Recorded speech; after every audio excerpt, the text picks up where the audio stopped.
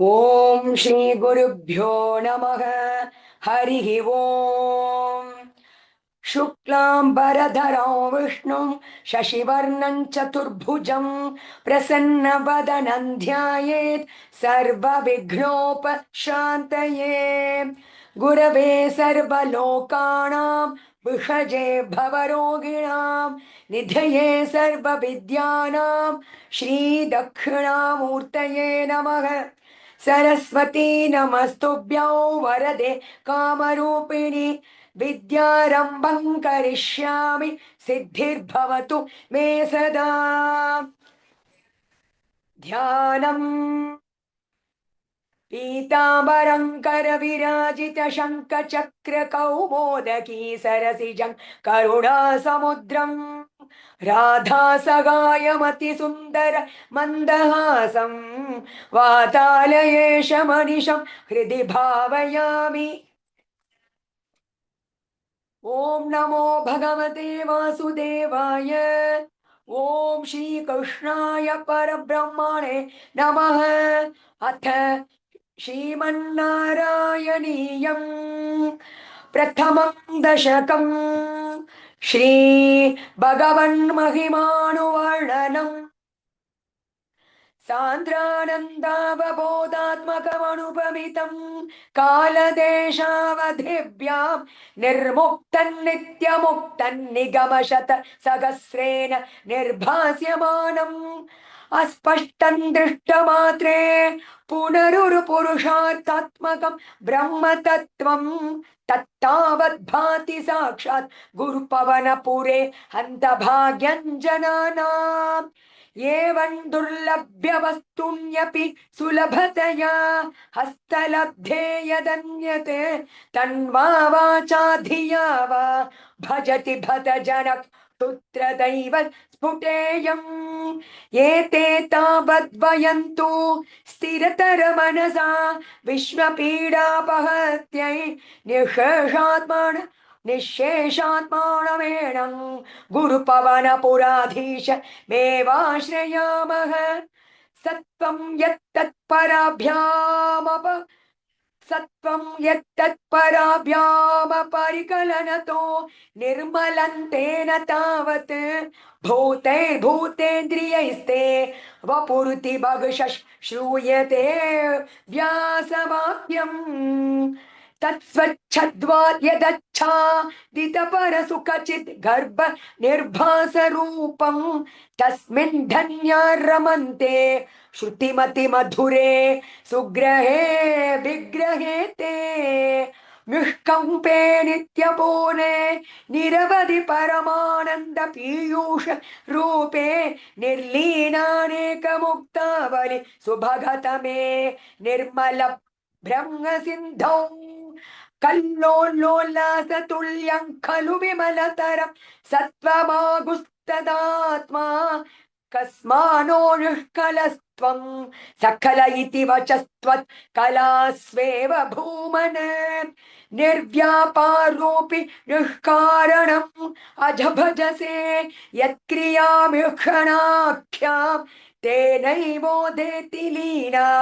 प्रकृतिरसदि कल्पापि कल्पादि काले तस्या संशुद्धमंशं कमपि तमतिरो दायकं सत्त्वरूपं सत्त्वं धृत्वा दधासि स्वमहिम स्वमहिम विभवा कुण्ठ वैकुण्ठ रूपं तत्ते प्रद्यग्रधाराधर ललित कलायावलि केलिकारं लावण्यस्यैकसारं सुकृति जनदृशां पूर्ण पुण्यावतारम् लक्ष्मी निःशङ्कलीला निलयनमृतस्यन्द सन्दोग मन्तः सिञ्चत् सञ्चिन्तकाणां वपुरनुकलये मारुतागारनाथ कष्टाते सृष्टिचेष्टा बहुतर भवगेदावगा जीवभाजात् इत्येवं पूर्वमालोचितमजितमया नैव मदयाभिजाने नो चेत् जीवाः कथं वा मधुरतरमिदं त्वद्वपुश्चित्रसार्द्रम् नेत्रैश्रोत्रैश्च पीत्वा परमरससुधा बोधि पूरे रमेरन् नम्राणा सन्निधत्ते सततमपि पुरस्तैरनभ्यर्थितानप्यर्त्यान् कामानजस्रौ वितरति परमानन्द सान्द्राङ्गतिं च इत्तन्निःशलभ्यो निरवधिक्य फल पारिजातो हरे त्वं क्षुद्रं चक्रवाटी ध्रुममभिलषि ध्रुममभिलषति व्यर्थ मर्तिव्रजोऽयम् कारुण्यात् काममन्यन् ददति खलु परे स्वात्मतस्त्वो विशेषान् दैश्वर्यादीशतेऽन्ये जगति परजने स्वात्मनोऽपीश्वरत्वम् त्वय्युच्चैरारमन्ति प्रतिपद मधुरे चेतनस्फीत भाग्या त्वञ्चात्मा रामये वेत्यतुलगुणगण धारशौरे नमस्ते ऐश्वर्यं शङ्करादीश्वर विनियमणो विश्वतेजो हराणां तेजस् संहारि वीर्यौ विमलमपि यशो निःस्पृहैश्चोपगीतम् अङ्गासङ्गा सदाशीरखिल विदसिनः क्वापि ते सङ्गवार्ता तद्वातागारवासिन् मुरगर भगवत् शब्दमुख्याश्रयोऽसि इति श्रीमन्नारायणीये भगवन्महिमानुवर्णनं नाम प्रथमं दशकं समाप्तम् नारायणाखिल गुरो भगवन्नमस्ते नारायणाखिल गुरो भगवन्नमस्ते अथ द्वितीयं दशकं भगवद्रूपवर्णनम् सूर्यस्पर्धि किरीटमूर्ध्वतिलक प्रोत्पासि फालान्तरम् कारुण्याकुलनेत्रमाद्र हसितोल्लासं सुनासापुटम् कण्ठोद्यन्मकराभ कुण्डलयुगं कण्ठोज्ज्वलत् कौस्तुभं त्वद्रूपौ वनमाल्य हारपटल श्रीवत्स दीप्रं भजे केयूरागद कंकनोत्तममहारत्नाकुली याङ्कित श्रीमद् बाहुचतुष्क संगद गदा शङ्खारि पङ्केरुहा काञ्चित् काञ्चन काञ्चिलाञ्चित लसत्पीताम्बर लम्बिनीम् आलम्बे विमलाम्बुज द्युतिपदा मूर्तिं तवाचिच्छिदम् यत्रैलोक्यमहीयसोऽपि महितं सम्मोहनं मोहनात् कान्तं कान्तिनिधानतोऽपि मधुरं माधुर्य दुर्यादपि सौन्दर्योत्तरतोऽपि सुन्दरतरं त्वद्रूपमाश्चर्यतोऽप्याश्चर्यं भुवनेन कस्य कुतुकं पुष्णाति विष्णो विभो तत्ताद्रिं मधुरात्मकं तव वपुः सम्प्राप्य सम्पन्मयी सा देवी परमोत्सुका चिरतरन्नास्ते स्वभक्तेष्वपि तेनास्याबद कष्टमच्युत विभो त्वद्रूपमानोज्ञ प्रेमस्थैर्य मया चापलपला चापल्य वार्तोदभूत् लक्ष्मीस्तावकरामनीयक हृदयेयं परेष्वस्तिरेत्यस्मिन्नन्यदपि प्रमाणमधुना वक्ष्यामि लक्ष्मीपते ये त्वध्यानगुणानुकीर्तन रसासक्तानि भक्ता जनास्तेष्वेष वसति स्थिरैव दयित प्रस्ताव दत्तादरा एवं भूतमनोज्ञतान वसुधा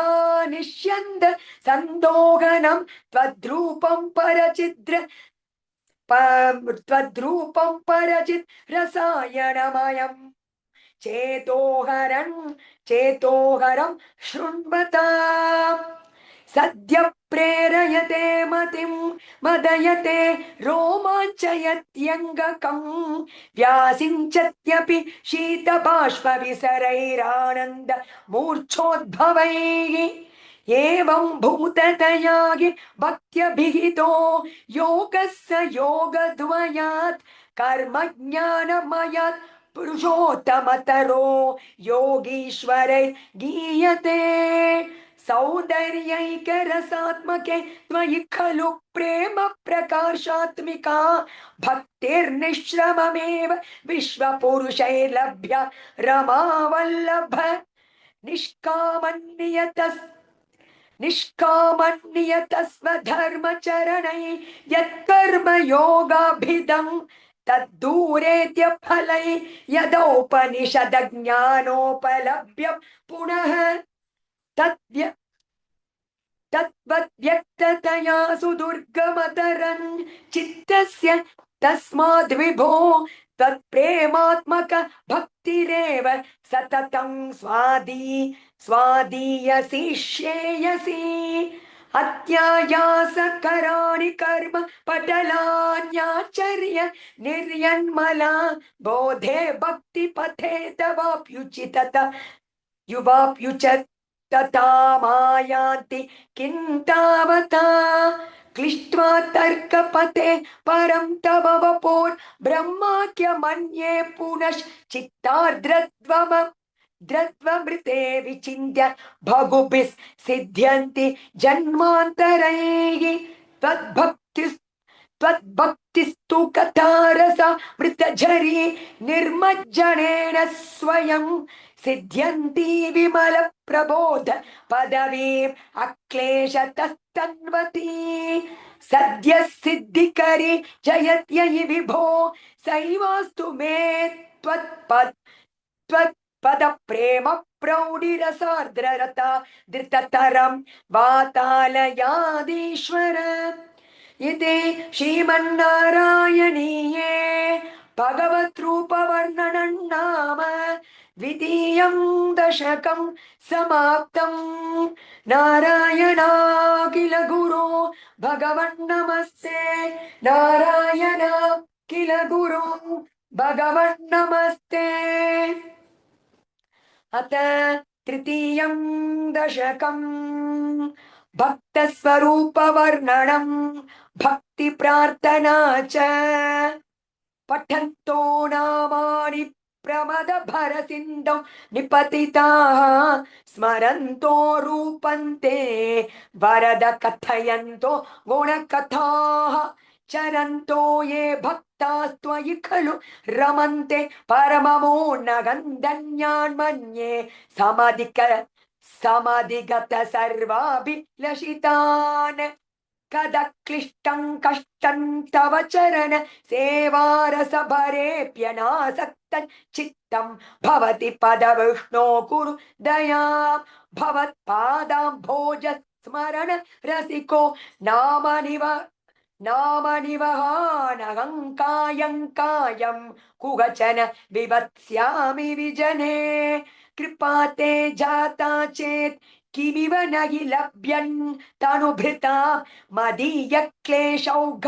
प्रशमन दशा नाम कियती न के लोकेऽस्मिन् निनिशमयि शोकाभिरहिता भवद्भक्ता मुक्ता सुखगतिमसक्ता विदधते मुनिप्रौढारूढा जगति खलु गूढात्मकदयो मुनिप्रौढारूढा जगति खलु गूढात्मकतयः भवत्पादाम्भोजस्मरण विरुजो नारदमुखाः चरन्तीश स्वैरं सतत परिनिर्भात परचित् सदानन्दाद्वैत प्रसर परिमग्नाः किमपरं भवद्भक्ति ईता भवतु मम सैव प्रशमये दशेश क्लेशौघन् न खलु हृदि सन्देह कणिका न चेद्व्यासस्योक्तिस् तव च वचनन्नैगमवचः भवेन्मिथ्यारत्या पुरुषवचन प्रायमखिलम् भवद्भक्तिस्तावत् प्रमुख मधुर त्वद्गुणरसात् किमप्यारूढा चेदखिल परिताप प्रशमनी पुनश्चान्ते स्वान्ते विमल परिबोधोदय मिलन्मग नन्दात्वैतन् दिशति किमतः प्रार्थ्यमपरम् विधूय क्लेशान् मे कुरु चरण युग्मन् धृतरसं भवत्क्षेत्र प्राप्तौ करमपि च ते पूजन विधौ भवन्मूर्त्यालोके नयनमतते पाद तुलसी परिग्राणे ग्राणं श्रवणमपि ते चारुचरिते प्रभूता दिव्यादिप्रसभ चलिते मामक हृदि त्वदीयन्तद्रूपं परम सुख चिद्रूप मुदियात् उदञ्चत् रोमाञ्चो गलित बहुहर्ष शृणिवहो भगः यथा विस्मर्यासन् तृपशमपीडा परिभवान् मरुद्गेहादीशत्वयि खलु पराञ्चोऽपि सुखिनः भवत्स्नेही सोऽहं सुबगु परितप्ये च किमिदम् अकीर्तिस्ते मा भूद्वरद कदभारं प्रशमयन् भवद्भक्तोत्तं सञ्झटिति कुरु मां कंसदमन किमुक्तैर्भूयोभिस्तव विकरुण यावद्युदियादगन्तावद्देव प्रहित विविधार्थ प्रलपितः पुरः क्लिप्ते पादे वरद तव नश्यामि दिवसान् यथा शक्ति व्यक्तन् न दिनुति निषेव विरचयन् इति श्रीमन्नारायणीये भक्त स्वरूप वर्णनम भक्ति प्रार्थना चेति तृतीयं दशकं समाप्तं नारायणाखिल गुरो भगवन् नमस्ते नारायणाखिल गुरो भगवन् नमस्ते अथ चतुर्थं दशकम् अष्टांग योग वर्णनं योग सिद्धि वर्णनं च कल्यता मम कुरुष्व तावतीं कल्यते भवदुपासनय्यया स्पष्टमष्टविधयोग चर्यया पुष्टया श्रुतव तुष्टिमाप्नुयाम् ब्रह्मचर्य दृढतादिभिर्यमैः आप्लवादिनियमैश्च पाविताः कुर्महे दृढममि सुखासनं पङ्कजाद्यमपि वा भवत्पराः तारमन्तरनुचिन्त्य सन्ततं प्राणवायुमभियम्य निर्मलाः इन्द्रियाणि विषयाददां पकृत्यास्मगे भवतुपासनोन्मुखाः अस्फुटे वपुषिते प्रयत्नतः धारयेम ग्रहणामुहुर्मुहुः तेन भक्ति रसमन्तराध्रदाम् उद्वगेम भवदङ्घ्रि चिन्तकाः विस्फुटावयव भेद सुन्दरं त्वत्वपुस्तुचिर शीलनावशात् आश्रमं मनसि चिन्तयामहे ध्यानयोग निरतास्त्वदाश्रयाः ध्यायतां सकलमूर्तिमीदृशीम् उन्मिषन् मधुरताघृतात्मनां सान्द्रमोदरसरूपमान्तरं ब्रह्मरूपमयि तेव भासते तत्समास्वदनरूपिणीं स्थितिं त्वत्समाधिमयि विश्वनायक आश्रितः पुनरतः परिच्युतात् आरभे मयि च धारणादिकम् इत्थमभ्यसन निर्भरो लसत् त्वत्परात्म सुखकल्पितोत्सवाः मुक्त भक्त कुल मौलितांगताः संचरेम शुकनारदादिवत् त्वत्समाधि विजये तु यः पुनः मंशु मोक्ष रसिक क्रमेण वा योगवश्यमनिलं षडाश्रयैः उन्नयत्यज शुषुम्नया शनैः लिङ्गदेहमपि सन् लिंग लिंगदेहमपि सन्त्यजन्नतः लीयते त्वयि परे निराग्रहः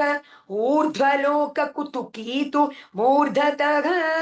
सार्धमेव कारणैर्निरीयते अग्निवासरबलक्षपक्षगैः उत्तरायणजुषा च दैवतैः प्रापितो रविपदं भवत्परो मोदवान् ध्रुवपदान्तमीयते आस्थितोत्तमगरालये यदा शेषवक्त्रदगणोष्मनाद्यते ईयते भवतु पाश्रयस्तदा वेदसः पदमतः पुरैव वा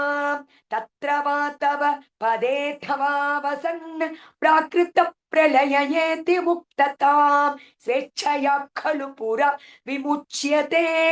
संविभिद्य जगदण्डमोजसा तस्य तस्य चक्षिति पयो महो नीलद्यो मगत् प्रकृति सप्तकावृतिः तत्ततात्मकतया विषन् सुखी याति ते पदमनावृतौ विभो अर्चिरादिकदिमीदृशो व्रजन् विच्युतिन्न भजते जगत्पते सच्चिदात्मक भवत् गुणोदयान् उच्चरन्तमनिलेश पाहि माम् इति श्रीमन्नारायणीये अष्टाङ्गयोगवर्णनै योगसिद्धिवर्णनं चेति चतुर्थं दशकं समाप्तं नारायणाखिल गुरो भगवन्नमस्ते नारायणाखिल गुरो भगवन्नमस्ते अथ पंचमं दशकं विराट पुरुषोत्पत्ति प्रकार वर्णनम् व्यक्ताव्यक्तमितन्न किञ्चिदभवत् प्राकृत प्रक्षये मायाया गुणसाम्यरुद्ध विकृतौ त्वय्यागतायालयम् नो मृत्युश्च तथा मृतञ्च समभूत् नानो न रात्रे स्थितिः तत्रैकस्त्वमशिष्यता किल परानन्द प्रकाशात्मना काल कर्म गुणाश्च जीवनिवहा विश्वञ्च कार्यौ विभो चिल्लीलारतिमेयुषि त्वयि तदा निर्लीनतामाययुः तेषान्नैव वदन्त्यसत् त्वमयि भो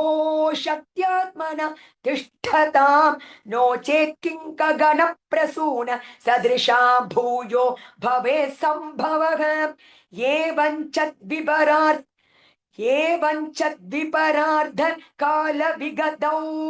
ईक्षांसि सृक्षात्मिकां बिभ्राणे त्वयि चुक्षुभे त्रिभुवनी भावाय माया स्वयम् मायातः खलु कालशक्तिरखिलादिष्टं स्वभावोऽपि च प्रादुर्भूय गुणान् विकास्य विददुः तस्या सहाया क्रिया माया सन्निहितो प्रविष्टवपुषा साक्षीति गीतो भवान् भेदैस्तां प्रति बिम्बतो विविशिवान् जीवोऽपि नैवापरः कालादिप्रतिबोधितात् भवता संचोदिता च स्वयं माया सा खलु बुद्धितत्त्वमसृजत्या माया सा खलु बुद्धितत्त्वमसृजत्योऽसौ महानुच्यते तत्रासौ त्रिगुणात्मकोऽपि च महान् तत्त्वप्रधानः स्वयं जीवेऽस्मिन् खलु निर्विकल्पमगमेद्युद्बोध निष्पादकः चक्रेऽस्मिन् सविकल्पबोधक मगत्तत्त्वं महान् खल्वसौ सम्पुष्टं त्रिगुणैस्तमोति बहुलौ विष्णो भवत् प्रेरणात् सोगञ्च त्रिगुणक्रमात् त्रिविधताम् आसाद्य वैकारिकः भूयस्तैजस तामसाविति भवन्नाद्येन सत्त्वात्मना देवानिन्द्रियमाणिनो कृतदिशावादार्क पाश्यश्विनो वह्नीन्द्राच्युतमित्रकान् विधुविदेशे रुद्र शारीरकान् भूमन्मानसबुद्ध्यहङ्कृतमिलत् चित्ताख्य वृत्त्यन्विदवितं तच्चान्तःकरणो विभो तव बलात् सत्त्वांश एवासृजत् जातस्तैजसतो दशेन्द्रियगण गणः तत्ताम सांशात् पुनः तन्मात्रन्नभसो मरुत्पुरपते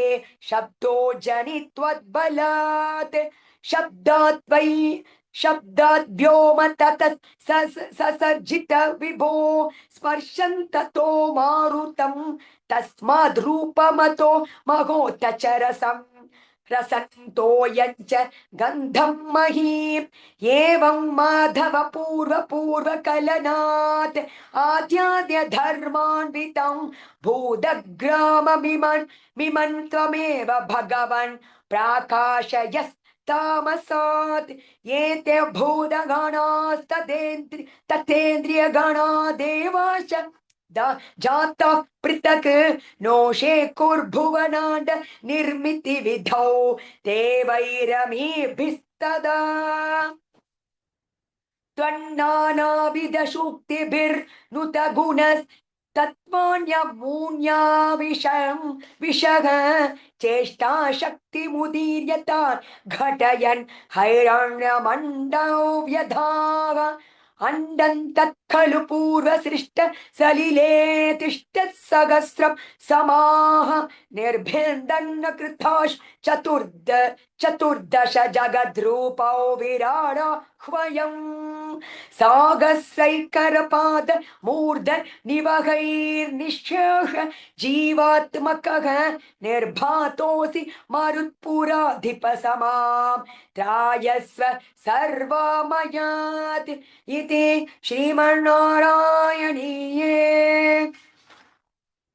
विराट पुरुषोत्पत्ति प्रकार वर्णनं नाम पंचमं दशकं समाप्तं नारायणाखिल गुरो भगवन्नमस्ते नारायणाखिल गुरो भगवन्नमस्ते अथ षष्ठं दशकं विराट देहस्य विराट देहस्य जगतात्मत्ववर्णनम् एवं चतुर्दश जगन्मयताङ्गतस्य पातालमीश तव पादतलौ वदन्ति पादोर्ध्वदेशमपि देव रसात्तलन्ते गुल्फद्वयं खलु महातलमद्भुतात्मन् जङ्घे तलातलमथो सुतलं जजानु किञ्चोरुभागयुगलौ वितलातले द्वे खोनितलं जगनमम्बरमङ्गनाभिः वक्षश्च चक्रनिलयस्तव चक्रपाणे ग्रीवामगस्तव मुखञ्च जनस्तपस्तु फालं शिरस्तव समस्तमयस्य सत्यम् एवं जगन्मयतनो जगदाश्रितैः अप्यन्यैर्निबद्धवपुषे भगवन्नमस्ते त्वद्ब्रह्मरन्ध्र पदमीश्वर विश्वकन्द चन्दांसि केशव घनास्तव केशपाशाः उल्लासि चिल्लियुगलन् उल्लासि चिल्लियुगलन् द्रुहिणस्य गेहं पक्ष्मानि रात्रिदिवसौ सविता च नेत्रे निःशेष विश्वरचना च कटाक्ष मोक्षग कर्णौ दिशोश्वियुगलन् तव नासिके द्वे लोभत्रपे च भगवन्नधरोत्तरोष्ठौ तारागणाश्च दशनाशमनश्च दंष्ट्रा मायाविलासहसितं श्वसितं समीरग जिह्वा जलौ वचनमीश शकुन्तपङ्क्तिः सिद्धादयस्वरगण मुखरन्ध्रमग्निः देवाभुजास्तनयुगन् तव धर्मदेवः पृष्ठं त्वधर्म इगदेव मनः सुधांशुः अव्यक्तमेव हृदयाम्बुजमम्बुजाक्ष कुक्षिः समुद्रनिभः वसनन्तु सन्ध्ये शेपः प्रजापतिरसौ वृषणौ च मित्रः श्रोणीतलं मृगगणाः पदयोर्नखास्ते हस्त्युश्च सैन्धवमुखा गमनन्तु कालः विप्रादिवर्णभवनौ वदनाब्जबाहू चारु चारूरुरुग्म चरणं करुण बुधे ते संसार चक्रमय चक्रधर क्रियास्ते वीर्यं मगासुरघनोऽस्ति कुलानि शैलाः नाड्यः सरित्समुदयस्तरवश्च रोम जीयादितौ वपुरनिर्वचनीय मीश ईदृग्जगन्मय वपुस्तव कर्म भाजां कर्मावसान समये स्मरणेयमाहुः तस्यान्तरात्म वपुषे विमलात्मने ते वातालयाधिपनमोस्तु निरुन्धिरोगान् इति श्रीमन्नारायणीये विरार्देगस्य जगतात्मत्ववर्णनं नाम षष्ठं दशकं समाप्तम् नारायणाखिल गुरो भगवन्नमस्ते नारायणाखिल गुरो भगवन्नमस्ते अथ सप्तमं दशकं हिरण्यगर्भोत्पत्तिवर्णनं हिरण्यगर्भतपश्चरणवर्णनं वैकुण्ठस्वरूपवर्णनं भगत्स्वरूप साक्षात्कार वर्णनं भवदनुग्रहवर्णनं च भगवदनुग्रहवर्णनं च ये वन्देव चतुर्दशात्मक जगद्रूपेण जातः पुनः तस्योर्ध्वं खलु सत्यलोकनिलये चातोऽसि धाता स्वयं यं शंसन्ति हिरण्यगर्भमखिल त्रैलोक्य जीवात्मकं यो भूस्फीतरोजो विकार विकसन्नाना सिसृक्षारसः सोऽयौ विश्वविसर्गदत्त हृदयः सम्पश्यमानः स्वयं बोधं खल्वनवाप्य विश्वविषयं विषयं चिन्ता कुलस्तस्थिवान् तावत्त्वं जगतां पतेत्तपतपेद्येवं हि वैहायसीं वाणी मे नम शिश्रव श्रुतिसुखां कुर्वंस्तपः प्रेरणा कोऽसौ मामवदत् पुमानिति जलापूर्णे जगन्मण्डले दिक्षु द्वीक्ष्य किमप्य निक्षितवता वाक्यार्थमुत्पश्यता दिव्यौ वर्षसहस्रमात तपसा तेन त्वमाराधितस्तस्मै दर्शितवानसि निलयं वैकुण्ठमेकाद्भुतं माया यत्र कदापि नो विकुरुते भाते जगद्भ्यो बहिः शोक क्रोध विमोग साध्व मुखाभावास्तु दूरं गताः सान्द्रानंद झरी च यत्र परं ज्योतिः प्रकाशात्मके तत्ते धाम विभाविदौ विजयते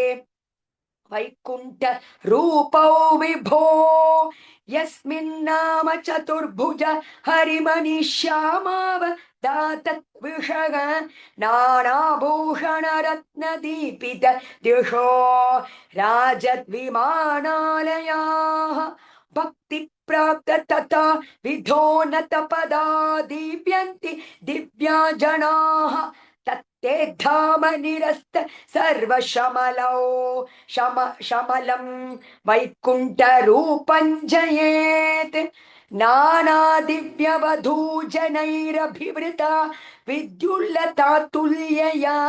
विश्वोन्मादन हृद्यगात्रलतया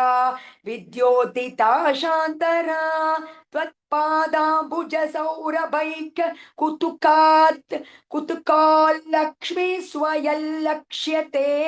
यस्मिन् विस्मयनीय दिव्य विभवो विभवन् तत्ते पदं देहि मे तत्रैवं प्रतिदर्शिते निजपदे रत्नासनाध्यासितं भास्वत्कोटिलसत् किरीटकटकाद्याकल्प दीप्राकृति श्रीवत्साङ्कितमातकौस्तुभमनिच्छाय ऋणं कारणं विश्वेशान्तव रूपमैक्षत विधिस्तत्ते विभो भातु मे कालाम्भोदकलाय कोमलरुचि चक्रेण चक्रन्दिशाम् आवृण्वानमुदारमन्द हसितस्यन्द प्रसन्नाननम् राजत्कम्बुगदारि पङ्कज दर श्रीमद्भुजामण्डलम् सष्टुस्तुष्टिकरौ वपुस्तव विभो मद्रोगमुद्वासयेत् दृष्ट्वा सम्भृश सम्भ्रमः कमलभूस्त्वत्पाद पाथोरुहे हर्षावेशवशंवतो वदो निपतितः प्रीत्या कृतार्ति भवन् जानास्येव मनीषितं मम विभो ज्ञानं तदा पादय द्वैद्वाद्वैत भवत्स्वरूप परमित्याचष्ट तन्त्वां भजे आत्ताम्रे चरणे विनम्रमथतं हस्तेन हस्ते स्पृशन् बोधस्ते भवितान् सर्गविधिभिः बन्धोऽपि सञ्जायते इत्याभाष्य गिरं प्रतोष्य नितरान् तच्चित्तगूढस्वयं सृष्टौ तं समुदैरयस्य भगवन्नुल्लासयोल्लाघताम् इति श्रीमन्नारायणीये हिरण्यगर्भोत्पत्तिवर्णनं हिरण्यगर्भ तपश्चरणवर्णनं वैकुण्ठस्वरूपवर्णनं भगवत्स्वरूप साक्षात्कारवर्णनं भगवदनुग्रहवर्णनं चेति सप्तमं दशकं समाप्तं नारायणाखिल गुरो भगवन्नमस्ते नारायणाखिलगुरो भगवन्नमस्ते अथ अष्टमं दशकं प्रलयवर्णनं जगत्सृष्टि प्रकारवर्णनं च एवं तावत् प्राकृत प्रक्षयान्ते ब्राह्मे कल्पे ह्यादिमे लब्धजन्मा ब्रह्मा भूयस्त्वत्त एवाप्यवेदान् सृष्टिं चक्रे पूर्वकल्पोपमानाम् सोऽयं चतुर्युग सहस्रमितान्यहानि तावत् मिताश्च रजनीर्बहुशो निनाय निद्राद्यसौ त्वयि निलीय समस्व सृष्टैः नैमित्तिक प्रलयमागुरतोऽस्य रात्रिम् अस्मादृशां पुनरगर्मुखकृत्य तुल्यां सृष्टिं करोत्यनुदिनं स भवत्प्रसादात् प्राग्ब्राह्मकल्प जनुषाञ्च परायुषान्तु सुप्त प्रबोधन समास्ति तदापि सृष्टिः पञ्चाशदब्धमधुना स्वभयोर्धरूपम् एकं परार्धमतिवृत्य हि वर्तते सौ तत्रान्त्यरात्रि जनितान् कथयामि भूमन् पश्चादिनावतरणे च भवद्विलासान् दिनावसानेत सरोजयोनिः सुषुप्तिकामस्त्वयि सन्निलीये जगन्ति च जठरं समीयुः तदेत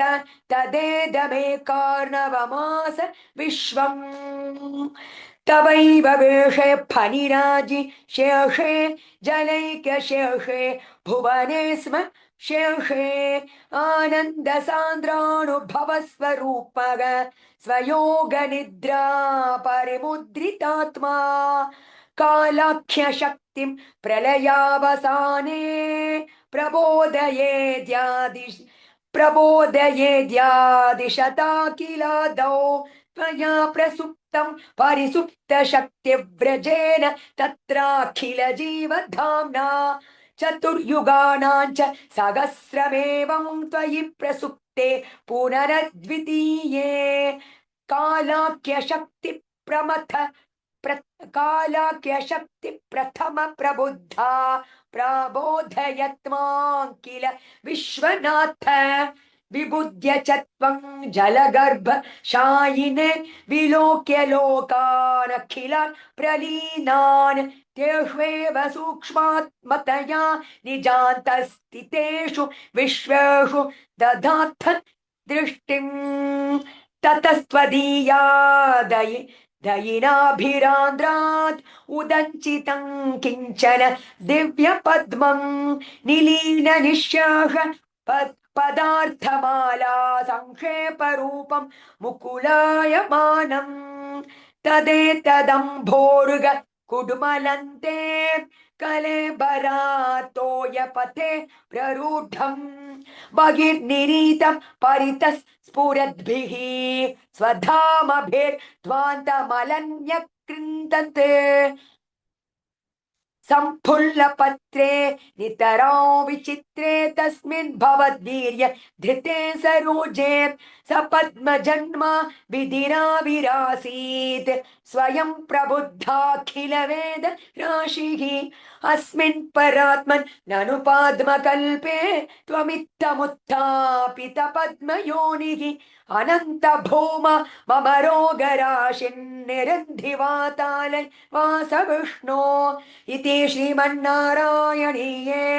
प्रलयवर्णनं जगत्सृष्टि प्रकारवर्णनं चेति अष्टमं दशकं समाप्तं नारायणाखिल गुरो भगवन्नमस्ते नारायणाखिल गुरो भगवन्नमस्ते अथ नवमं दशकं जगत्सृष्टि वर्णनम् स्थितस्त कमलोद्भवन् तव गिनाभिपङ्केरुहे कुतस्विदितमम्बुदा उदितमित्यनालोकयन् ततिक्षणकुतूहलात् प्रतिदिशौ विवृताननः चतुर्वदनतामगाद् विकदष्टदृष्ट्यम्बुजा महानव विघूनितं कमलमेव तत्केवलं विलोक्य तदुपाश्रयन् तव तनुन्तु नालोकयान् कयेष कमलोदरे मगति निस्सहायो ह्यहं कुतस्विदिदमम्बुजं समजनीति चिन्तामगात् अमुष्यगि सरोरुह किमपि कारणं सम्भवेत् इति स्म कृतनिश्चयः स खलु नालन्तराध्रात्मना स्वयोगबलविद्यया समवरूढवान् प्रौढधीः त्वदीयमतिमोगनन् न तु कलेबरन् दृष्टवान् ततः सकलनालिका विवरमार्गगो मार्गयन् प्रयस्य शतवत्सरं किमपि नैव सन्दृष्टवान् निवृत्य कमलोदरे सुखर्षण्ण एकाग्रधीः समाधिफलमादधे भवदनुग्रहैकाग्रही शतेन परिवत्सरैर्दृढ समाधि बन्धोलसत् प्रबोध विशदीकृतः स खलु पद्मिनी सम्भवः अदृष्टचरमद्भुतं तव हि रूपमन्त्रदृशा व्यचष्ट प्रतु परितुष्टधीर्भुजग भोग भागाश्रयम् किरीटमकुटोलसत् कटकहार केयूरयुम् मणिस्फुरितमेत्कलम् सुपरिवीत पीताम्बरम् कलाय कुसुमप्रभम् गलदलोलसत् कौस्तुभम् वपुस्तदयि भावये कमलजन्मने दर्शितम् श्रुति प्रकर दर्शित प्रचुर वैभ श्रीपते हरे जय जय प्रभो पदमुपैषि दृष्ट्यादृशोः कुरुष्व धियमाशु मे भुवन निर्मितौ कर्मठाम् इति द्रुहिण वर्णित स्वगुण भंगिमा पाहि माम् लभस्व भुवनन्त्रयी रचन दक्षतामक्षताम् गृहाण मदन गृहं कुरु तपश्च भूयो विधे भवत्खिल साधनी मयि च भक्तिरत्युत्कटे कटेति उदीर्य गिरमादधा उदित चेतसौ वेधसं शतं कृत तपास्ततः सखलु दिव्य संवत्सरान् अवाप्य च तपोबलं मतिबलं च पूर्वाधिकम् उदीक्ष्य किल कंपितं पयसि पंकजौ वायुना भवद्बल विजृम्भितः पवन पार्थसी पीतवान् तवैव कृपया पुनः सरसिजेन तेनैव सह प्रकल्प भुवनत्रयीं प्रववृते प्रजा निर्मितौ तथाविध कृपाभरो गुरुमरुत्पुराधीश्वर त्वमाशु परिपाहि मां कुरुधयोक्षितैरीक्षितैः इति श्रीमन्नारायणीये जगत्सृष्टिवर्णनं नाम नवमं दशकं समाप्तम् नारायणाखिल गुरो भगवन्नमस्ते नारायणाखिल गुरो भगवन्नमस्ते अथ दशमं दशकं सृष्टि वैवद्य वर्णनम् वैकुण्ठवर्धित बलोत्थ भवत्प्रसादात् अम्भोजनिरसृजत् किल जीव देहान् अम्भोजयो निरसृजत् किल जीव देहान् स्थास्नूनि भूर्गमयानि तथा तिरश्चाम् जातिर्मनुष्यनिवगानपि देव भेदान् मिथ्याग्रहास्मि मतिराग विकोप भीतिः अज्ञानवृत्तिमिति पंच विधांस सृष्ट्वा उद्दाम तामस पदार्थ विधानदूनग तेने त्वदीय चरण स्मरणौ विशुद्ध्यै तावत् ससर्ज मनसा सनकं सनन्दं भूयः सनातन मुनिञ्च सनत्कुमारं ते सृष्टकर्मणि तु तेन नियुज्यमानाः त्वत्पाद भक्तिरसिका जगृहुर्नवाणे तावत् प्रकोप मुदितं प्रतिरुन्धतोऽस्य भ्रूमध्यतो जनिमृडो भवदेक देशग नामानि मे कुरु पदानि च विरिञ्चेत्यादौ रुरोध किल तेन स रुद्रनामा एकादशाहुवयतया च विभिन्न रूपं रुद्रं विधाय दयिता वनिताश्च दत्त्वा तावन्त्यदत्त च पदानि भवत्प्रणुन्नग प्राह प्रजा विरचनाय च सादरन्तम् रुद्राभिसृष्ट भयताकृति रुद्रसङ्गः सम्पूर्यमाण भुवन त्रयीभीत चेताः मामा प्रजा सृज तपश्चर मङ्गलायेत्याचष्टतं तं कमलभूर्भवदीरितात्मा तस्याथ सर्गरसिकस्य मरीचिरत्रिः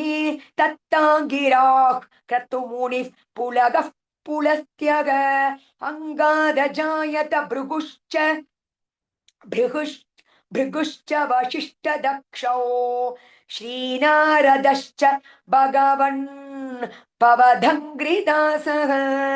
धर्मादिकान्नभिसृजन्नत कर्दमञ्च वाणी विधाय वितिरङ्गज सङ्कुलोऽभूत् त्वद्बोधितैः सनकदक्षमुखैस्तनूनै नूजैः उद्बोधितश्च विरराम तमो विमुञ्चन् वेदान् पुराण निवहानपि सर्वविद्याः कुर्वन् निजानन गणा चतुराननोऽसौ पुत्रेषु तेषु विनिधाय स सर्गवृद्धिम् अप्राप्नुवंस्तव पदाम्बुजमाश्रितो भूत् जानन्नुपायमथ देहमजो विभज्य स्त्रीं पुंसभावमभ जन्मनुदद्वधूभ्याम् ताभ्यां च मानुषकुलानि विबद्धयंस्तं यंस्त्वं गोविंद मारुतपुरेश निरुन्धिरोगान् इति श्रीमन्नारायणीये सृष्टिवैपद्यवर्णनं नाम दशमं दशकं समाप्तं नारायणाखिल गुरो भगवन्नमस्ते नारायणाखिल गुरो भगवन्नमस्ते अथ एकादशं दशकं सनकादिना वैकुंठ प्रवेश वर्णनं जय विजय शाप वर्णनं हिरण्यकशिपु हिरण्याक्षोत्पत्ति वर्णनं च क्रमेण सर्गे परिवर्धमाने कदापि दिव्या सनकादयस्ते भवद्विलोकाय विकुण्ठलोकं प्रपेदिरे मारुतमन्दिरेश मनोज्ञनैश्रेय सनकाननाद्यैः अनेकवापि मणिमन्दिरैश्च अनोपमन्तं भवतो निकेतं मुनीश्वर प्रापुरतीत्य कक्ष्याः भवद्दिदृक्षून् भवनौ विविक्षून् द्वास्थौ जयस्तान् विजयोऽप्यरुन्धा तेषां च चित्ते पदमापकोपः सर्वं भवत्प्रेरणयैव भूमन् वैकुण्ठलोकानुचित प्रचेष्टौ कष्टौ युवा दैत्य गतिं भजेतम् इति प्रशब्दौ भवताशयौ तौ हरिस्मृतिर्नोऽस्त्विति नेमतुस्तान् तदेतदाज्ञाय भवानवाप्तः सहैव लक्ष्म्या बहिरम्बुजाक्ष खगेश्वरां सार्पितचारुबाहुः आनन्दयन्स्तानभिराम मूर्त्या प्रसाद्य गीर्भिः स्तुवतो मुनीन्द्रान् अनन्यनाथौ अथ पार्षदौ तौ संभ्रम्भयोगेन भवैस्त्रिभिर्माम् उपेतमित्यात कृपण्यगादीः त्वदीयभृत्यावत काश्यपातौ सुरारिवीरौ उदितौ दिशौ द्वौ संध्या समुत्पादन कष्टचेष्टौ यमौ च लोकस्य यमाभिवाद्यौ हिरण्यपूर्वः कशिपुः किलैकः परो हिरण्याक्ष इति प्रतीतः उभौ भवन्नाथमशेष लोकं रुषान्यरुन्दान् निशवासनान्धौ तयोर्हिरण्याक्ष महासुरेन्द्रः रणाय दावन्ननवाप्तवैरि भवत्प्रियां क्ष्मां सलिले निमज्य चचार गर्वाद् विनदन् गदावान् ततो जलेशात् सदृशं भवन्तं निशम्य बभ्राम गवेषयं स्वाम भक्तैकदृश्यः सकृपा निधे त्वं निरुन्धिरोगान् मरुदालयेश इति श्रीमन्नारायणीये सनकादिनो वैकुण्ठ प्रवेश वर्णनं जय विजय शाप वर्णनं हिरण्यकशिपु हिरण्याक्षोत्पत्ति वर्णनं चेति एकादशं दशकं समाप्तं नारायणाखिल गुरो भगवन्नमस्ते नारायणाखिल गुरो भगवन्नमस्ते अथ द्वादशं दशकं परागावतार वर्णनं भूम्युद्धर वर्णनं च स्वायम्भुवो मनुरतो जनसर्गशीलग दृष्ट्वा महीम समये सलिले निमग्ना स्रष्टा रमापशरणं भवदङ्घ्रिसेवा दुष्टाशयं मुनिजनैः सग सत्यलोके कष्टं प्रजा सृजति मय्यवनिर्निमग्नास्थानं सरोज भव कल्पयत्तत् प्रजानाम् इत्येवमेष कथितो मनुषा स्वयंभूः अम्भोरुहाक्ष तव पादयुगौ व्यचिन्तेत् हा हा विभो जलमगन्यभि हा हा विभो जलमगन्य पिबं पुरस्तादत्याभिमज्जति मही किमहं करोमि इत्तन्त्वदङ्घ्रियुगलं शरणय्यतोऽस्य नासापुटा समभव शिशुकोलरूपी अङ्गुष्ठमात्र वपुरुत्पतितः पुरस्तात् अङ्गुष्ठमात्र वपुरुत्पतितः पुरस्तात् भूयोत कुम्भि सदृशः समजृम्भतास्त्वम् अभ्रे तथा विधमुदीक्ष्य भवन्तमुच्चैः विस्मेरतो विधिरगात् सगसूनुभिः स्वैः कोसावचिन्त्य महिमा किटिरुत्थितो मे नासापुटात् किमु भवेदजितस्य माया इत्थौ विचिन्तयति धातरि शैलमात्रः सद्यो भवन् किल जगर्जित घोर घोरं तन्ते निनादमुपकर्ण्य जनस्तपस्थाः सत्यस्थिताश्च मुनयो नुनुवुर्भवन्तं तस्तोत्र हर्षुणमणाः परिणध्य भूयग स्तोयाशयो विपुलमूर्तिरवतरस्त्वम् ऊर्ध्वप्रसारि परिधूम्र विधूत रोमा प्रोक्षिप्तवालधिरवाङ् मुख्यो घोर घोरः तूर्ण प्रदीर्ण जलतः परिघूर्ण दक्षिणा स्तोत्रोन् मुनीन् शिशिरयन् नवतेरि तत्त्वम् अन्तर्जलन्तदनुसङ्कुलनक्रचक्रं भ्राम्यत्तिमिङ्गिलकुळङ्कलुषोन् विमालम् आविश्य भूषणरवेण रसातलस्थानाकम्पयन् वसुमतीमगवेशयस्त्वम् दृष्ट्वाथ दैत्यघतकेन रसातलान्ते संवेशितान् झटिति कूटिकिटिर् विभो त्वम् आपातुकान् विगणय्य सुरारिखेटान् दंशाङ्कुरेण वसुधाम दधासलीलम् अभ्युद्धरन्नथ तरान् दशनाग्रलग्नम् उत्ताङ्कुराङ्कित इवाधिक पीवरात्मा उद्धूत घोर शिला जलधेर्रुदञ्चन् क्रीडावरागवपुरीश्वर पाहि रोगात् इति श्रीमन्नारायणीये परागवतार वर्णनं भूम्युद्धरवर्णनं चेति द्वादशं दशकं समाप्तं नारायणाखिल गुरो भगवन्नमस्ते नारायणाखिल गुरो भगवन्नमस्ते अथ त्रयोदशं दशकं हिरण्याक्षवधवर्णनम् हिरण्याक्षं तावत् वरद भवदन्वेषण परं चरन्तं साम्पर्ते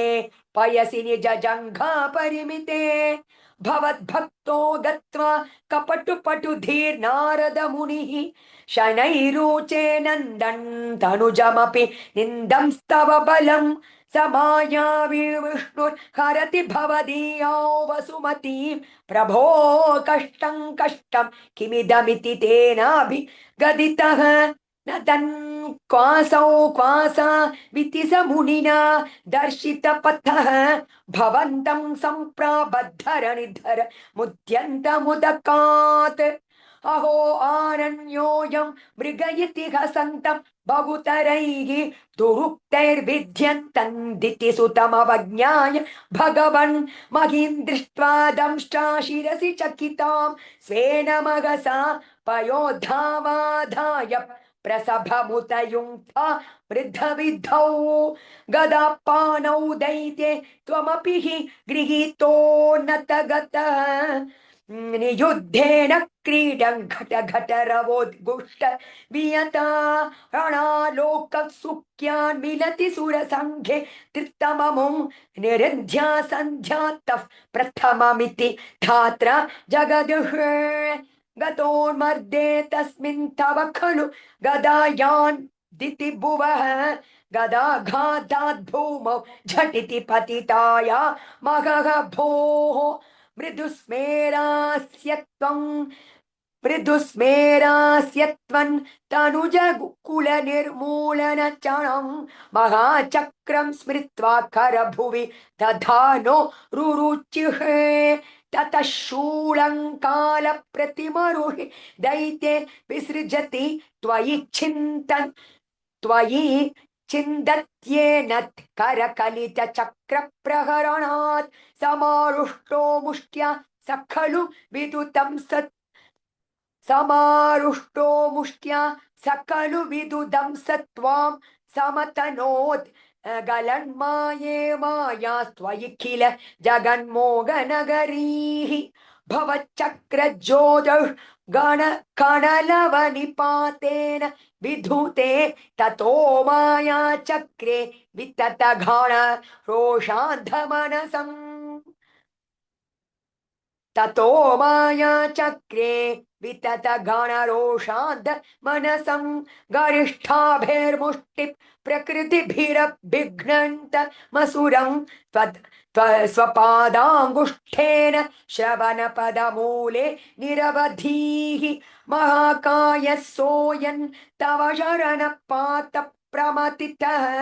कलद्रक्तो वक्त्रादपददृशिभिः धृतिभिः श्लाघितहतिः तदा त्वामुद्धाव प्रमद भरविद्योति हृदयाः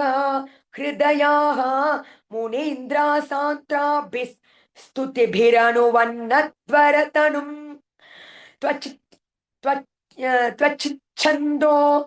त्वचिच्छन्दो रोमस्वपि कुश कनचक्षुषि घृतं चतुर्होतारोऽघ्रौ सृगपि वदने चोदरयिडा ग्रहा जिह्वायान्ते परपुरुषकर्णेश चमसागा विभो सोमो वीर्यौ वरद कलदेशेऽप्युपसदग मुनीन्द्रैरित्यादिस्त्वन मुखरैर्मोदित मनाः महीयस्या मूर्त्या विमलतरकीर्त्या च विलसन् स्वधिष्ण्यं सम्प्राप्त सुखरसविहारी मधुरिपो निरध्यारोगं मे सकलमपि वातालयपते इति श्रीमन्नारायणीये हिरण्याक्षवधवर्णनम् नाम त्रयोदशं दशकं समाप्तं नारायणाखिल गुरो भगवन्नमस्ते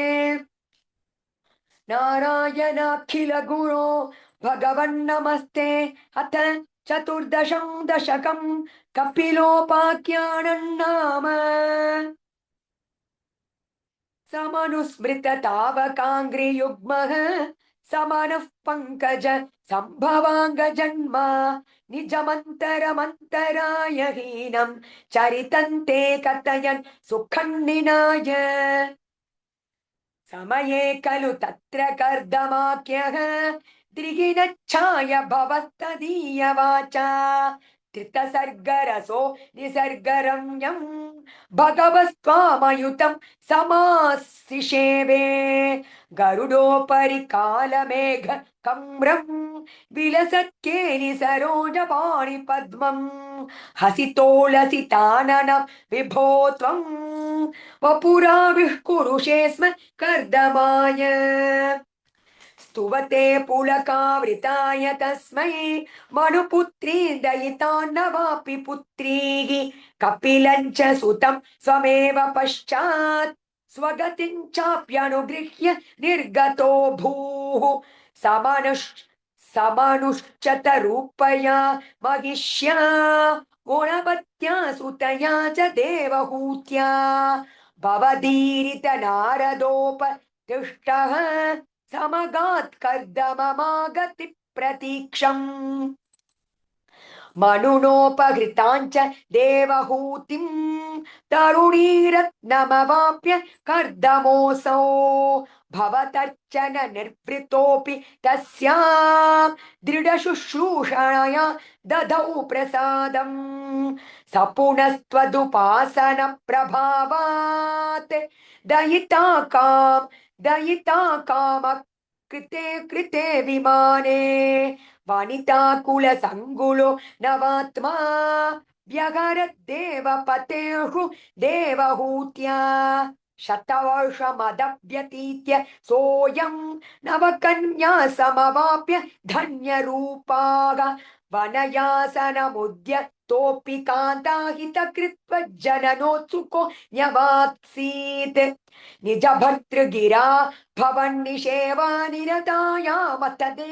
देवहूत्यां कपिलस्त्वमजायथा जनानां प्रतयिष्यन् परमात्मतत्त्वविद्यां वनमेरुषि कर्दमे प्रसन्ने मत सर्वस्वमुपादिशन् जनन्यै कपिलात्मक वायुमन्दिरेश त्वरितं त्वं परिपाहि मां गदौघात् इति श्रीमन्नारायणीये कपिलोपाख्यानं नाम चतुर्दशं दशकं समाप्तं नारायणाखिल गुरो भगवन्नमस्ते नारायणाखिल गुरो भगवन्नमस्ते अथ पञ्चदशं दशकं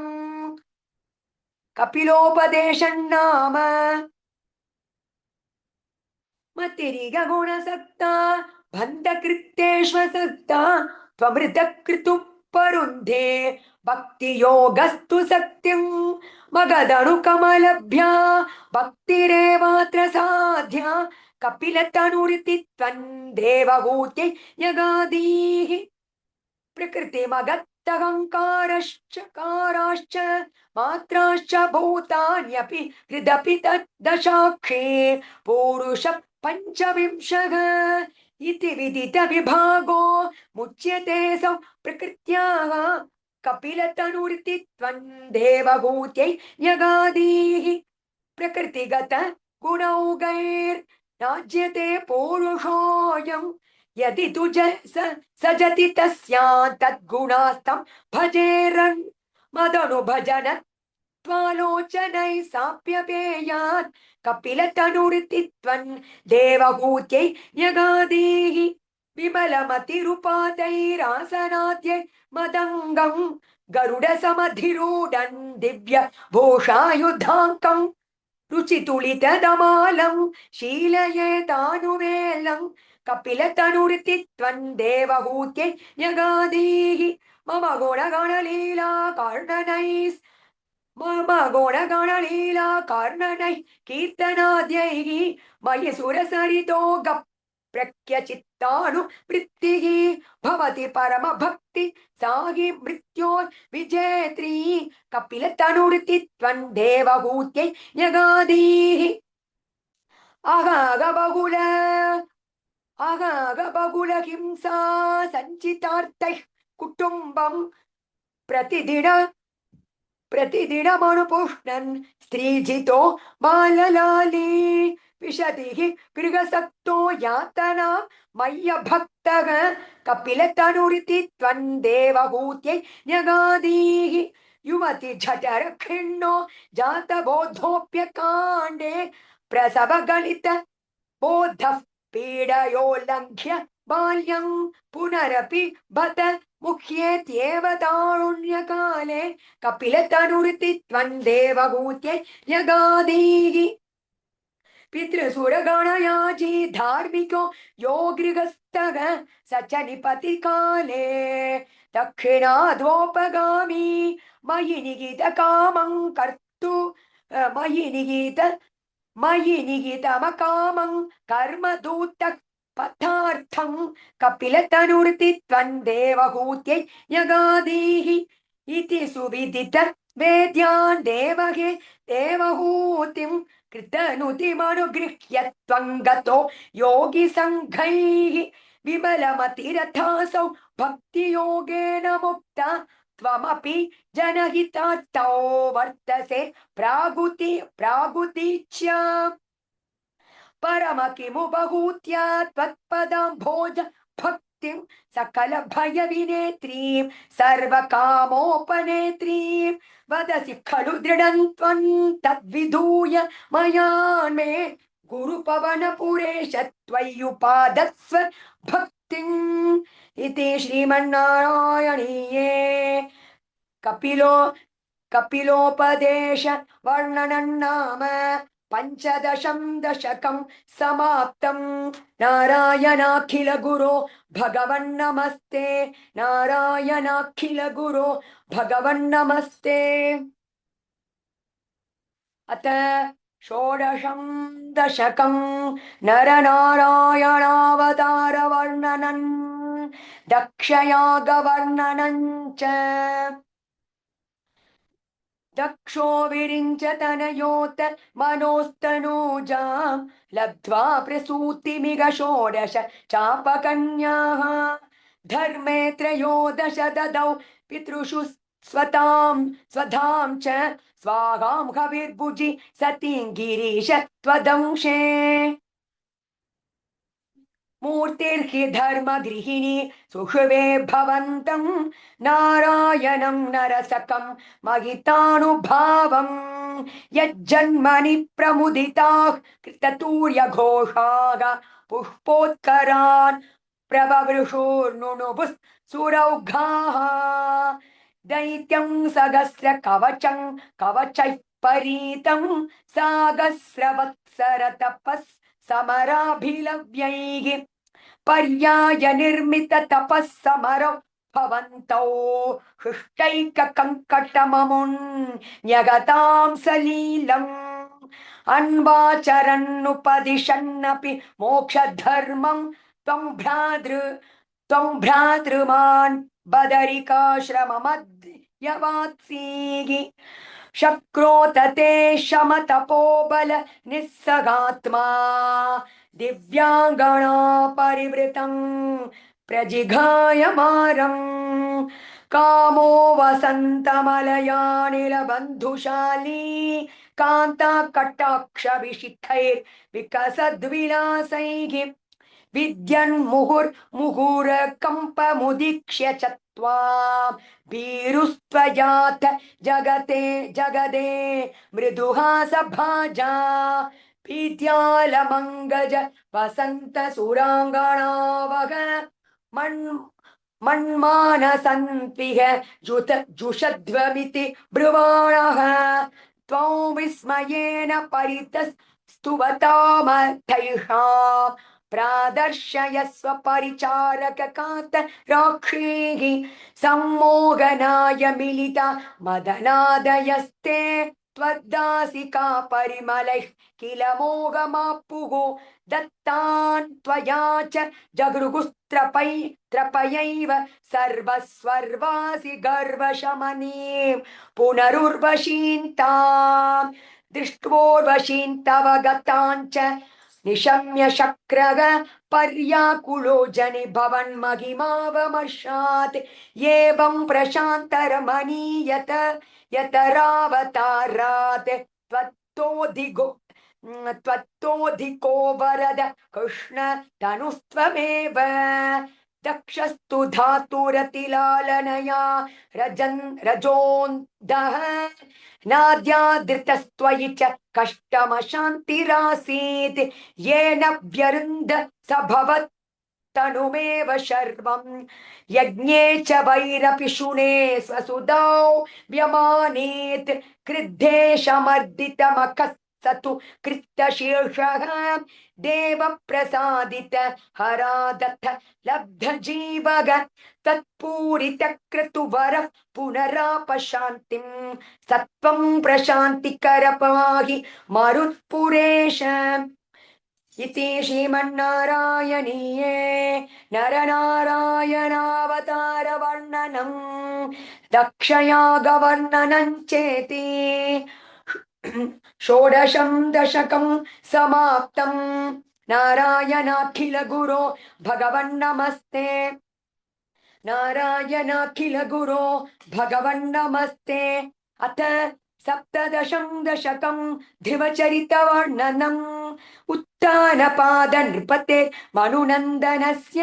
जाया बभूव सुरुचिर्नितरामभीष्टा अन्या सुनीतिरिति भर्तुरनादृता सा त्वामेव नित्यमगतिः शरणं गता भूत् अंकेऽपि तु सुरुचिपुत्रकमुत्तमन्तं दृष्ट्वा ध्रुवः किल सुनीति सुतोधिरोक्ष्यन् आचिक्षिपे किल शिशुसुतरं सुरुच्या दुस्सन्त्यजा खलु भवत् विमुखैरसूया त्वन्मोहिते पितरि पश्यति दारवश्ये दूरं दुरक्तिनिकितः सगतो निजाम्बा सापि स्वकर्म गति संतरणाय पुंसां सापि स्वकर्म गति संतरणाय पुंसां त्वत्पादमेव शरणं शिशवे शशंस अकर्णसोऽपि भवदर्चन निश्चितात्मा मानी निरेत्य नगरात् किल पञ्चवर्षग संदृष्ट नारद निवेदित मंत्र मार्गग त्वामाराध तपसा मधुकाननाते ताते वषण्ण हृदये नगरिं गतेन श्रीनारदेन परिसान्वित चित्तवृत्तौ बालत्वदर्पित मनाः क्रमवर्धितेन निन्ये कठोर तपसा किल पञ्चमासान् तावत् तपोबल निरुच्छ्वसिते दिगन्ते देवार्तितस्त्वमुदयत् करुणार्द्रचेताग त्वद्रूपचिद्र सनिलीन मते पुरस्तात् आविर्बभूवित विभो गरुडाधिरूढः त्वद्दर्शन प्रमद तरंगितं दिव्यानिगं निमग्नमिव रूपरसायने ते तुष्टुषमाणवगम्य कपोलदेशे संस्पृष्टवानसिदरेण तथादरण तावद् विबोध विमलं प्रणुवन्तमेनम् आभाषतास्त्वमवगम्य तदीय भावं राज्यं चिरं समनुभूय भजस्व भूयग सर्वोत्तरं ध्रुवपदौ विनिवृत्तिहीनम् इत्युच्चिषित्वयि गते नृपनन्दनोऽसौ आनन्दिताखिल जनो नगरीमुपेतग रेमे चिरं भवदनुग्रगमोढकामग ताते गते च वनमादृतराजभारग यक्षणदेव निगते पुनरुत्तमेऽस्मिन् यक्षैः स युद्धनिरतो विरतो मनुक्त्या शान्त्या प्रसन्न हृदयाद्दन दादुपेतान् त्वद्भक्तिमेव सुदृढामवृणोन्म महात् त्वद्भक्तिमेव सुदृढामवृवोन्महात्मा अन्ते भवत्पूषणीत विमानयातग मात्रा समन् ध्रुवपदे मुदितो यमास्ते एवं स्वभृत्य जनपालनलोलधिस्त्वम् वातालयाधिपनिरुन्धि ममामयौघान् इति श्रीमन्नारायणीये ध्रुवचरितवर्णनन्नाम सप्तदशं दशकं समाप्तं नारायणाखिल गुरो भगवन्नमस्ते नारायणाखिल गुरो भगवन्नमस्ते अत अष्टादशं दशकं पृथुचरितवर्णनं जातस्य ध्रुवकुल एव तुङ्गकीर्तेरङ्गस्य व्यजनिसुतस्य वेणनामा यद्दोष व्यतितमतिः स राजवर्यस् त्वत्पादे निहितमना वनङ्गतोऽभूत् पापोऽपि क्षितितलपालनाय वेणग पौराद्यैरुपनिहितः कठोरवीर्यग सर्वेभ्यो निजबलमेव सम्प्रशंसन् भूचक्रे तव यजनान्ययन् न्यरौत्सीत् सम्प्राप्ते हितकथनाय तापसौघे मत्तोऽन्यो भुवनपतिर्न कश्चनेति त्वन्निन्दावचनपरो मुनीश्वरैस्तैः शापाग्नौ शलभदशामनायिवेणः तन्नाशात्खलजनभीरुकै मुनीन्द्रैः तन्मात्रा चिरपरिरक्षिते तदङ्गे त्यक्ताघे परिमथिताद थोरुदण्डाद् दोर्दण्डे परिमथिते त्वमाविरासीः विख्यातं पृथुरिति तापसोपदिष्टैः सूताद्यै परिणुत भावि भूरि वीर्यग वेनार्त्या कबलित सम्पदन्तरित्रीम् आक्रान्ता निजधनुषा समामकांक्षीः भूयस्ता निजकुलमुख्यवत्स युक्तैः देवात्यै समुचित चारुभाजनेषु अन्नादीन्यभिलषितान् यानि तानि स्वच्छन्दं सुरभितनु मधूदु हस्त्वम् आत्मानै यजति मकैस्त्वयि त्रिधामन् आरब्धे शततम वाजिमेधयागे स्पर्धानुशतमकयेत्य नीचवर्षग कृत्वा श्वन्तवतनयात् पराजितो भूत् देवेन्द्रं मुहुरिति वाजिनं हरन्तं वह्नौ तं मुनिवरमण्डले जुहूषौ रुन्धाने कमल भवे क्रतोः समाप्तौ साक्षात् त्वं मधुरिपुवैक्षता स्वयं स्वं तद्दत्तं वरमुपलभ्य भक्तिमेकां गङ्गान्ते विहितपतः कदापि देव सत्रस्तं मुनिनिवहं हितानि शंसन् नैक्षिष्टासनकमुखान् मुनिः पुरस्तात् विज्ञानं सनकमुखोदितं दधानग स्वात्मानं स्वयमगमो वनान्तसेवी तत्तादृक्पृथुवपुरीश सत्वरं मे रोगौघं प्रशमय वातगेगवासिने इति श्रीमन्नारायणीये पृथुचरितवर्णनन्नाम अष्टादशं दशकं समाप्तं नारायणाखिल गुरो भगवन्नमस्ते अथ एकोनविंशतितमं दशकं प्राचेतस कथानुवर्णनम् पृथोस्तु नप्ता पृथुधर्म कर्म ठग प्राचीन बर्हिर्युवतौ शतधृतौ तौ सारी प्राचीन बर्हिर्युवतौ शतधृतौ प्रचेतसो नाम चुते सुचेत सुदान अजीजनत्वत् करुणाकुरानिव पितुस्सृक्षा निरतस्य शासनात् भवत्तपस्याभिरता दशापिते पयोनिधिं पश्चिममेत्य तत्तटे सरोवरं सन्ददृशुर्मनोहरम् तदा भवतीर्थमिदं समागतः भवो भवसेवक दर्शनादृतः प्रकाशमासाद्य पुरः प्रचेतसाम् उपादिशत् भक्ततमस्त्व उपादिशत् भक्ततमस्तवस्त्वम् स्तवं जप स्तवं जपन्तस्तममी जलान्तरे भवान्तमाशेष विशतायुतं समाग भव सुखास्वादरसाद मीश्रियान् बभूव कालो ध्रुववन्न शीघ्रता तपोभिरेषा मतिमात्र वद्भिः स यज्ञहिंसा निरतोऽपि पावितः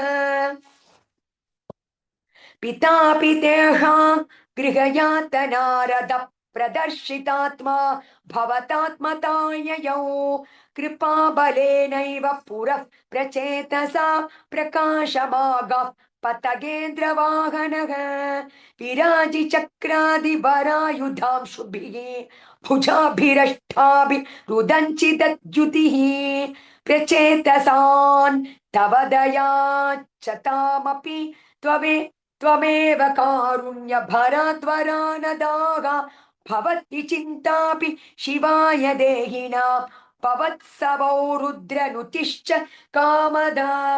अवाप्य कान्तान् तनया महीरुहां तया रमध्वन् दशलक्षवत्सरीं सुतोस्तु दक्षो ननु तत्क्षणाश्च मां प्रयास्यथेति यगदो मुदैवतान् ततश्च ते भूतलरोधिनस्तरून्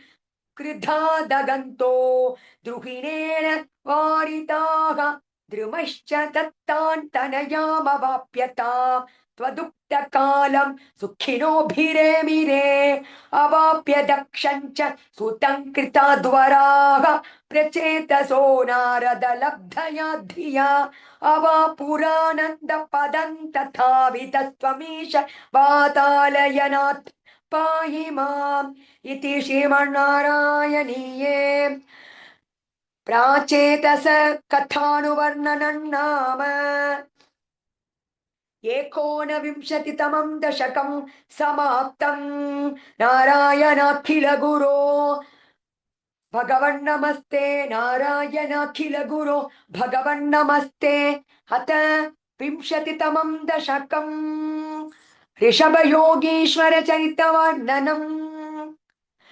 प्रियव्रतस्य प्रियपुत्र भूतात् आग्नेद्रराजादुदितो हिनाभिः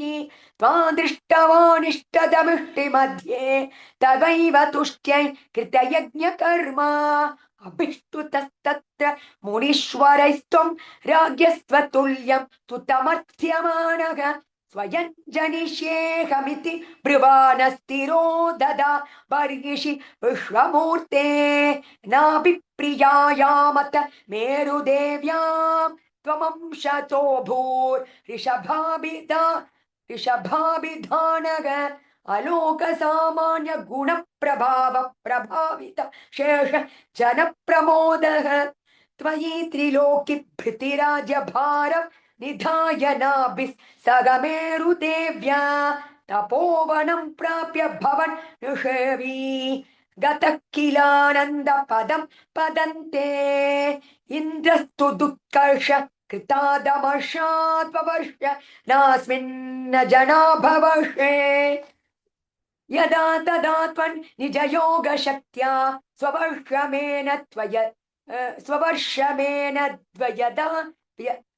स्ववर्षमेन द्वयदधात् सुवर्षम् जितेन्द्र दत्तां कमनीं जयन्तीं अतोत्वगन्नात्मरताशं योऽपि अजीजनस्तत्र शतन्तनूजानेषां क्षितीशो भरतोऽग्रजन्मा न वा भवन् योगी न वा भवन् योगी वरा न वान्ये त्वपालयन् भारत वर्षखण्डान् सैकात्मशीतिस्तव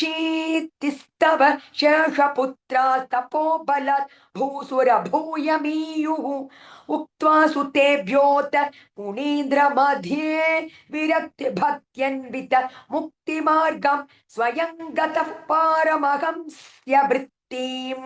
वृत्तिम् हधा जटोन्मत्त पिशाचचर्यां परात्मभूतोऽपि परोपदेशं कुर्वन् भवान् सर्व निरस्यमानः विकारहीनो विचचार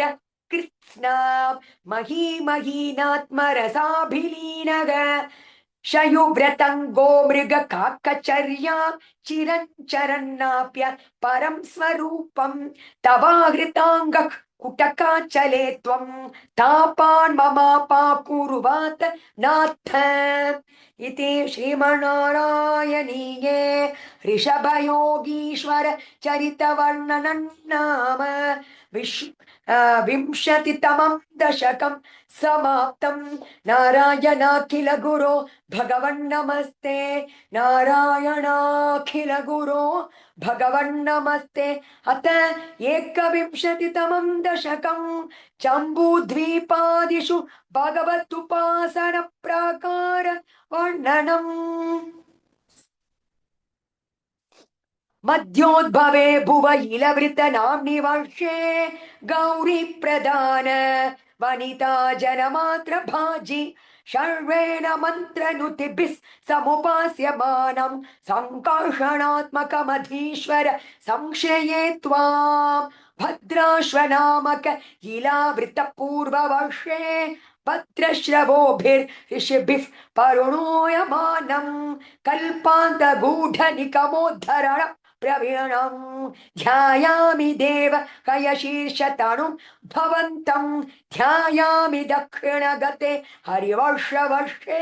प्रह्लादमुख्यपुरुषै परिसेव्यमानम् उत्तुङ्गशान्तधवलाकृति मेकशुद्धज्ञानप्रदन् नरहरिं भगवन् भवन्तं वर्षे प्रतीचि ललितात्मनि केतुमाले लीलाविशेष ललितस्मित शोभनाङ्गं लक्ष्म्या प्रजापतिसुतैश्च निषेव्यमाणं तस्याः प्रियाय धृतकामतनुं भजे त्वाम् रम्येह्युतीचि खलु रम्यक नाम्नि वर्षे तद्वर्षनाथमनुवर्य सपर्यमाणम् भक्त्यैकवत्सल ममत्सरक कृत्सुभान्तं मत्स्याकृतिं भुवननाथ भजे भवन्तं वर्षं हिरण्मय समाह्वय मौक्त रागम् आसीनमद्रिधृति कर्मठकामठाङ्गं संसेवते पितृगण प्रवरोर्यमायम् तन्त्वा भजामि भगवन् परचिन्मयात्मन किञ्चोत्तरेषु कुरुषु प्रियया धरण्या संसेवितो महितमन्त्रनुति प्रभेदैः दंष्ट्राग्रगृष्ट घनभृष्ट गरिष्ठ वर्ष्मा त्वं पाहि विज्ञनुत यज्ञपरागमूर्ते या दिशां भजति किं पुरुषाख्य वर्षे संसेवितो हनुमत दृढभक्तिभाजां सीताभिराम परमाद्भुत रूपशाली रामात्मकः परिलसन् परिपाहि विष्णो श्रीनारदेन सग भारतखण्ड मुख्यैस्त्वं साङ्ख्ययोगनुतिभिः समुपास्यमानः आकल्पकालमिह साधु जनाभिरक्षि नारायणो नरसखः परिपाहि भूमन् प्लाक्षेकरूपमयि शाल्मल इन्दुरूपं द्वीपे भजन्ति कुशनामणि वह्निरूपं क्रौञ्चे भूरूपमथवायुमयञ्च शाके त्वां त्वां ब्रह्मरूपमयि पुष्करनाम्नि लोकाः सर्वैर्ध्रुववादिभिरुडैः प्रगरैर्ग्रगैश्च पुच्छादिकेष्ववयवेष्वपि कल्प्यमानैः त्वं शिंशुमारवपुषा मगतामुपास्य सन्ध्यासु रुन्धि नरकं मम सिन्धुशायिन् पातालमूलभुवि शेषतनुं भवन्तं लोलैककुण्डलविराज सहस्रशीर्षं नीलाम्बरन्धितहलं भुजगाङ्गनाभेः जुष्टं भजे हर गदान् गुरुगेहनाथ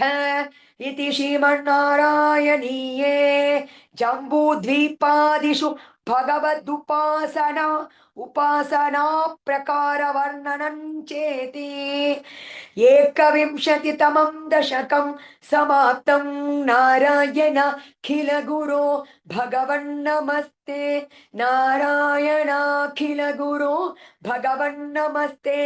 अथ द्वाविंशतितमं दशकम् अजामिलोपाख्यानम्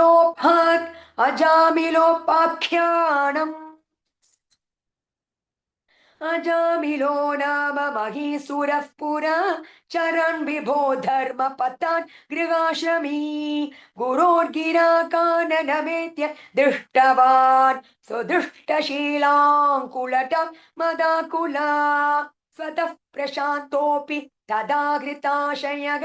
स्वधर्ममुत्सृज्य तया समारमन् अधर्मकारी दशमीर्भवन् पुनः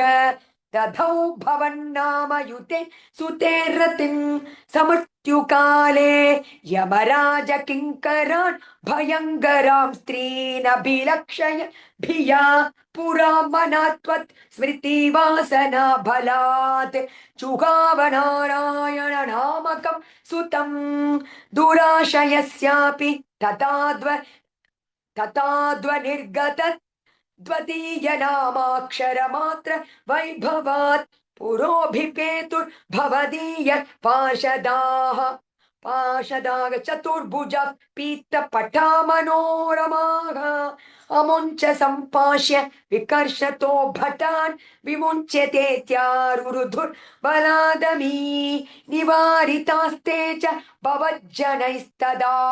तदीय पापन् निखिलन्यवेदयन् भवन्तु पापानि कथन्तु निष्कृते कृतेऽपि भो दण्ड नमस्ति पण्डिताः न निष्कृत्य क्यो विदिता भवादृशाम् इति प्रभो त्वत् पुरुष बभाषिरे श्रुतिस्मृतिभ्यो विहिता व्रतादयः पुनन्ति पापन्ननुनन्ति वासनाम् अनन्तसेवातु निकृन्तति त्वयि इति प्रभो त्वत् पुरुष भवाशिरे अनेन भो जन्म सहस्र कोटिभिः कृतेषु पापेष्वपि निष्कृतिः कृता यतग्रहणी नाम भयाकुलो हरेः इति प्रभो त्वत् पुरुष भवाशिरे निर्णाम बुद्ध्याभि मुकुन्द कीर्तनं दगत्य घौघान् महिमास्य तादृशः यथाग्निरेथांसि यदौषधं गतान् इति प्रभो त्वत् पुरुष भवाशिरे इतीरितैर्याम्य भटैरपाश्रिते भवद्भटानाञ्च गणे तिरोहिते भवत्स्मृतिं कञ्चन कालमाचरन् भवत्पदं प्रापि भवद्भटैरसौ स्वकिङ्करावेदन शङ्कितोऽयमग त्वदङ्घ्रिभक्तेषु न गम्यतामिति स्वकीयभृत्या न शिषिक्तजुच्चकैः सदेव वातालयनाथ पाहि माम् इति श्रीमन्नारायणीये अजामिलोपाख्यानं नाम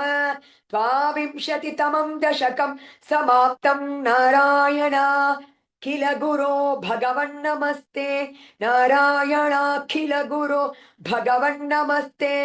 अथ त्रयोविंशतितमं दशकम् दक्षचरितचित्रकेतूपाख्यानम् च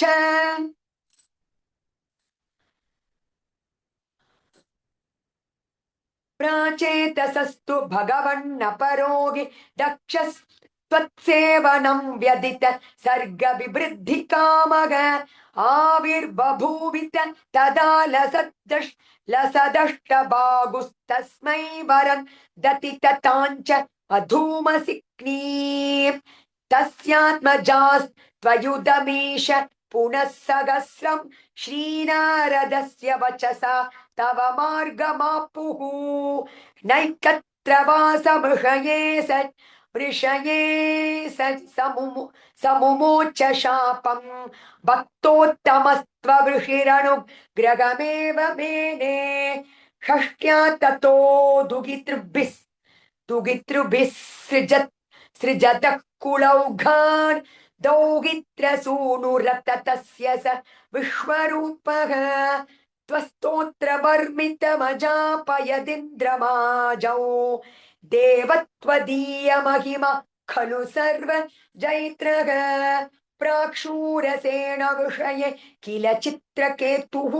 पुत्राग्रही नृपतिरङ्गिरः प्रभावात् लब्ध्वैकपुत्रमथ तत्र हते सपत्नी सङ्गैरमुह्यदवशस्तव माययासौ तन्नारदस्तु सममङ्गिरसा दयालुः सम्प्राप्य तावदुपदर्शय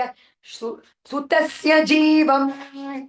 कस्यास्मि पुत्र इति तस्य गिरा विमोहं त्यक्त्वा द्वदर्चनविदौ नृपतिन्ययुक्त स्तोत्रं च मन्त्रमपि नारदतोत्तलब्ध्वा तोषाय शेषवपुषो ननु ते तपस्यन् विद्याधराधिपतितां सहि सप्तरात्रे लब्ध्वाप्यकुण्ठमतिरन्वभजत् भवन्तं तस्मै मृणाल धवनेल सहस्रकृष्णा रूपेण बद्ध नुति सिद्ध गौणावृतेन प्रादुर्भवन्न चिरतो नुतिभिः प्रसन्नः दत्तात्मवदत्वमनुगृह्य तिरोदधाथ त्वद्भक्तमौलिरथ सोऽपि च लक्षं वर्षाणि हर्षुलमना भुवनेषु कामं सङ्गापयन् गुणगणन्तव सुन्दरीभिः सङ्गातिरेकरहितो ललितं चचार अत्यन्त सङ्गविललाय भवत् प्रणुन्नः नूनं स रूप्य गिरिमाप्य मगत्समाजे निःशङ्कमङ्ककृतवल्लभमङ्गजारिं तं शङ्करं परिहसन्नुमयाभिक्षेपे निःसम्भ्रमस्त्वयमयाचितशाप मोक्षः वृत्रासुरत्वमुपगम्य सुरेन्द्रयोधी भक्त्यात्मतत्त्व कथनैः समरे विचित्रं शत्रोरपि भ्रममपास्य गतः पदन्ते त्वत्सेवनेन दितिरिन्द्रवधोद्य तापि तान् प्रत्युतेन्द्र सुहृदो मरुतोभिलेभे दुष्टाशयेऽपि शुभदैव भवन्निषेवा तत्तादृशत्वमव मां पवनालयेश इति श्रीमन्नारायणीये दक्षचरितचित्रकेतूपाख्यानं चेति त्रयोविंशतितमं दशकं समाप्तम् नारायणाखिल गुरो भगवन् नमस्ते नारायणाखिल गुरो भगवन् नमस्ते।